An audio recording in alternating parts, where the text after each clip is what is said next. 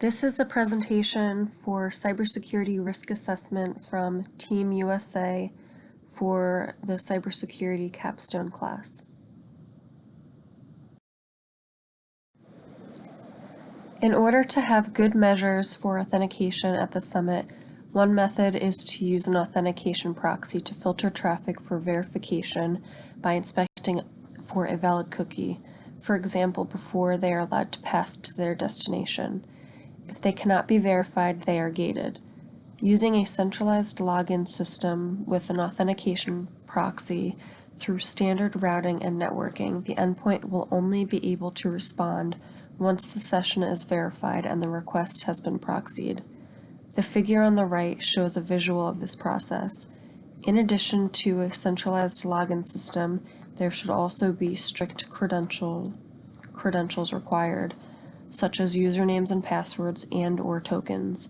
Moreover, a two-factor authentication would lessen the chance of unauthorized access. Logging authentication activity should also be utilized, as it can be informative in cases where there are repeated failed login attempts, which are indicative of a brute force or dictionary attack. Authorization is provided after the user or system has been authenticated either by a form of credentials or certificate. Authorization may be required to access secure websites, classified information, and to complete certain actions. Authorization boundaries may be established by an authorizing entity to maintain management control and further reduce the risks of mishandling an information system. There are many best practices in the realm of access control. Access control is a security technique that regulates who or what can view or use resources. Having access control can minimize risks to an organization. There are various ways of implementing access control. Some of these are by using specific characteristics of an individual or information system. This is called attribute access control. Setting rules that are tied to clearance levels, forming privileges, which restricts users and processes from accessing areas or executing tasks that they do not have access or permission to. Last is role-based, which can be tied to a job function. For example, a researcher should not have the same administrative rights that a system administrator would on their computer or file server. Though the organization strives to prevent all cyber attacks, it is nearly impossible to prevent all exploitation of enterprise vulnerabilities. Therefore, it is necessary to implement destruction strategies in case there is a successful attack. In order to prevent access to critical data, it may be necessary to wipe, overwrite, utilize magnetic disks, corrupt, or degauss the data. Although this completely rids the data altogether, it ensures the attacker will not have it. In addition to these techniques, it is important for security operations to conduct frequent monitoring of access to data on the system and controlling who has access. This can prevent insider threats by disgruntled employees, for example. Another vital aspect of security operations is for the organization to strive to maintain business functions to avoid loss of profit. Having a business continuity plan in place is invaluable to ensure this as best as possible. Primarily, a business impact analysis should be performed in order to identify the areas that are the most exposed to both internal and external threats. Moreover, sensitive and critical documents and resources should be identified in order to protect them first in case of an attack. If an attack occurs, the goal is minimal loss and returning or continuing business functionality.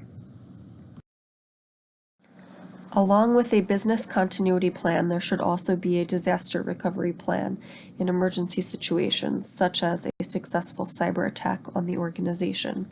To help with this, a business continuity and disaster recovery team should be assembled to create, test, and revise the plans. This is essential as the organization must determine how the plans withstand scenarios resembling real attacks. This measures the effectiveness of the plans. Moreover, the disaster recovery plan team must include an extensive emergency response plan, extended backup operation techniques, and an incident response plan, including a post-disaster recovery plan. In case there is an attack on the organization's system, there must be proper investigative protocols followed. These need to be conducted in a legally sound manner, otherwise evidence might be deemed inadmissible in a court setting. There are several well-known and accepted digital forensics tools that are effective in these types of investigations, such as utilizing Wireshark to analyze network traffic. Additionally, investigators can use Forensic Toolkit by Access Data to image the hard drive evidence. There must be write blocker and hash values included in order to show the integrity of the forensic image. The investigative process of digital evidence includes, in this order, identification, preservation, collection, examination, analysis, presentation, and decision. Furthermore, one of the most important pieces to include for legal reasons is the chain of custody form, which is used to document where the evidence has been, who has handled it, and where. Countermeasures for software development security outlines the phases vital for all organizations or firms. This aids organizations to generate high-quality software. Software security development countermeasures include the process used for advancing software development to include the design, implementation, testing, and maintenance of the software. The software security development process details the plan of the project and also outlines and defines a few methods to meet organizational and customer expectations. ISO IEC 12207 is the international standard used to develop all software security developments. The figure in this slide outlines all of the phases included in this. An organization should always implement security assessments and testing to maintain a strong security posture. A security assessment is the process of analyzing the security standards of a system.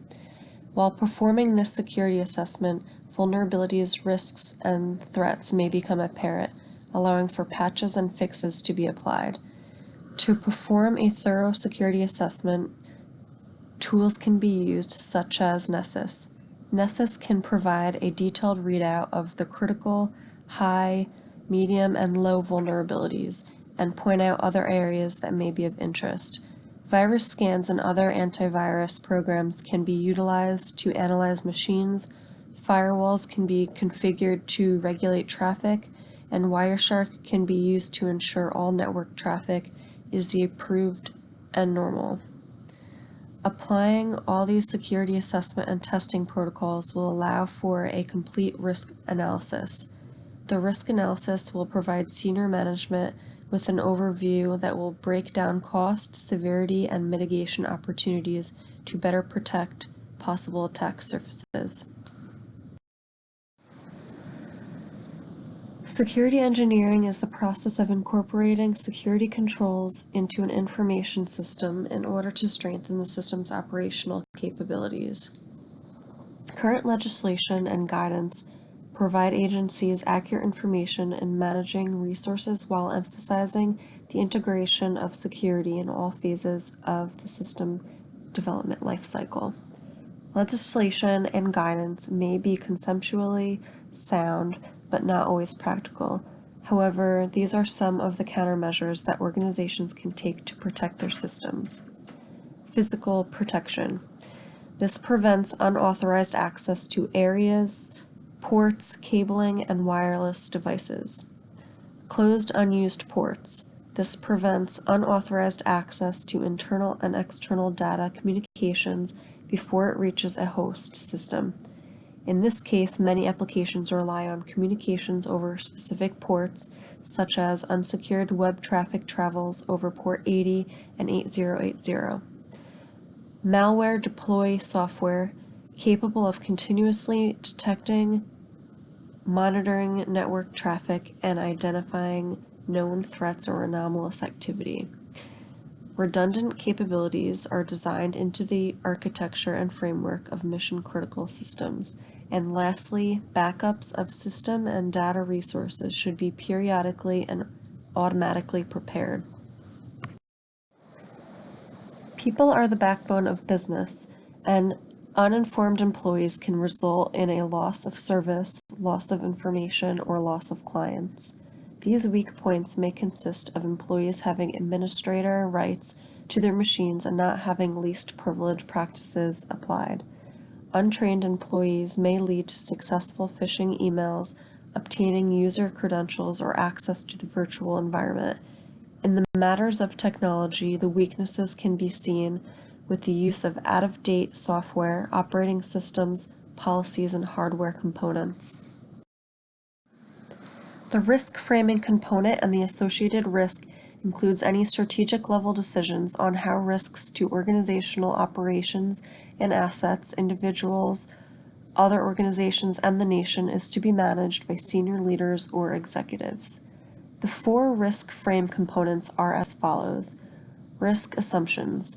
These are assumptions about the threats, vulnerabilities, consequences, or impact and likelihood of occurrence that affect how risk is assessed, responded to, and monitored over time. Risk constraints. These are constraints on the risk assessment, response, and monitoring alternatives under consideration. Risk tolerance. These are the levels of risk, types of risk, and degree of risk uncertainty that are acceptable. And lastly, priorities and trade-offs. These are the relative importance of missions or business functions, trade-offs among different types of risk that organizations face, timeframes in which organizations must address risk, and any factors of uncertainty that organizations consider in risk responses. Attack vectors come in many different forms and could do substantial damage to a network and machine if executed successfully. The most common attack vectors are virus or malicious software, email attachments, spoofed web pages, insider threats, social engineering tactics, not updated operating systems, and software and weak password policies. Protecting and training end users of these common entry points will better ensure a strong security posture is upheld. The attribution analysis supports the critical areas of deterring attacks by bad actors or nation-states and the investigation progression. The attribution report is to identify the bad actor by investigating suspicious IP addresses provided by the host of the summit. Analysts were able to identify pertinent information regarding the list of IP addresses by looking for key indicators using several tools. The three system resources utilized to identify the bad actor responsible for the document breach were IP2Nation.com, VirusTotal, and Alien Vault Open Threat Exchange. These resources provided valuable information surrounding the IP addresses provided by the host of the summit and were suspected as being suspicious. Therefore, each IP address was thoroughly vetted in order to identify any anomalous behavior. Based on the information identified through Alien Vault and VirusTotal, there is evidence to support new-founded potential distrust of the Netherlands and China due to the IP address provided by the host of the summit. The two main types of attribution shown in the figure to the right are technical and political. Technical attribution is the act of associating software, computer, or networking artifacts with a cyber incident. The body of evidence collected for technical attribution may include computer log entries, network traffic, malicious software or malware, file timestamps, or other modifications to computing hardware or software. In summary, the summit should maintain continual investigations and awareness of the IP addresses and all associated entities. The vulnerability matrix supports and allows organizations to view the exact details of open vulnerability and assessment language definitions and to see how to verify a vulnerability. The databases are fully integrated with CVE details, which display open vulnerability and assessment language definitions related to a product or a CVE entry with a score rating. Unless otherwise stated, CVSS scores listed on the database site are CVSS base scores provided in the NVD feeds. Vulnerability data are updated daily using NVD feeds. All of this information can be found on the NIST government website. To summarize the countermeasures for security operations, the organization should work to maintain cybersecurity best practices while having the mindset that the system will never be 100% free of vulnerabilities. This frame of thinking will avoid complacency. In addition, destruction strategies for quick and secure disposal of sensitive documents or data should be in place. Moreover, this should be included in the business continuity plan developed to maintain some or all functionality of the organization during a cyber attack. The goal is for there to be minimal loss. The disaster recovery plan should also be implemented to ensure preparedness for the repercussions of an attack. Both plans should be tested out and revised as needed.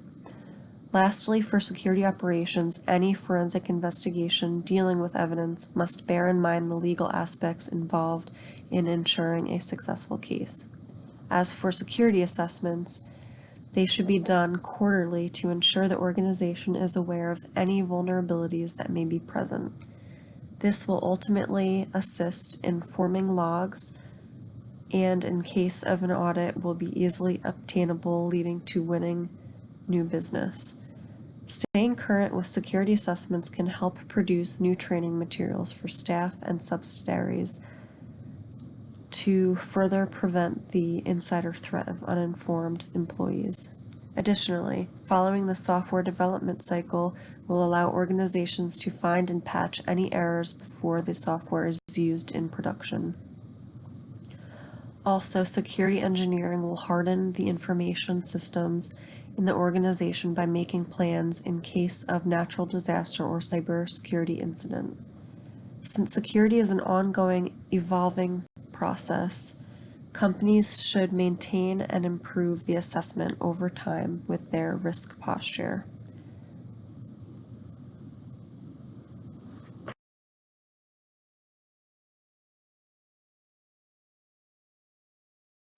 This concludes Team USA's Cyber Risk Assessment presentation. Thank you.